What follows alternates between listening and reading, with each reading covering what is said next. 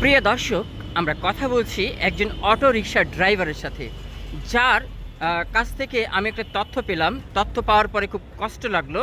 Saudi আরবে পাঠানোর কথা বলে যে জালিয়াতি করেছে, সেই সম্পর্কে আজকে জানবো এই অটো রিকশা ড্রাইভার জাহাঙ্গীরের কাছ থেকে।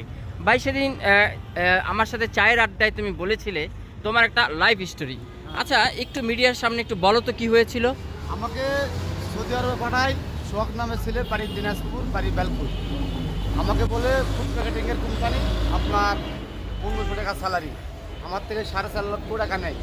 নেওয়ার পর আমার সৌদি আরব পাঠায়। সৌদি আরব পাঠার পরে আমার যাত্রা এক দালালের কাছে রাখে।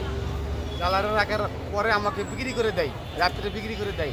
3-4 টাকা বিক্রি করে দেওয়ার আমার কাজ দিতে পারে না মতন। আমারে আবার মারধর করে, খাওয়ান দাওয়ান দেয় না। আমার প্রায় 5 মাস সৌদি আরবে ছিলাম। আমাকে লাস্টে আমার থাকার জায়গা নেই, খানার জায়গা নেই। উনি 5 লক্ষ টাকা 4.5 লক্ষ টাকা আমাকে ঘুরেও দেয় না, আমার কাজও দেয় না, আগামাও দেয় না, কাপেলাও দেয় না, কোনো কাজে আমি পাইনি। আমি 4 মাস পুরো সৌদি আরবে নাকায় ছিলাম। আমি অনেকে বলি, উনি আমাকে ধরা দেয় না।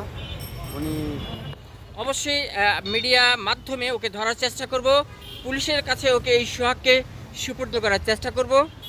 ধন্যবাদ আপনাকে, ধন্যবাদ।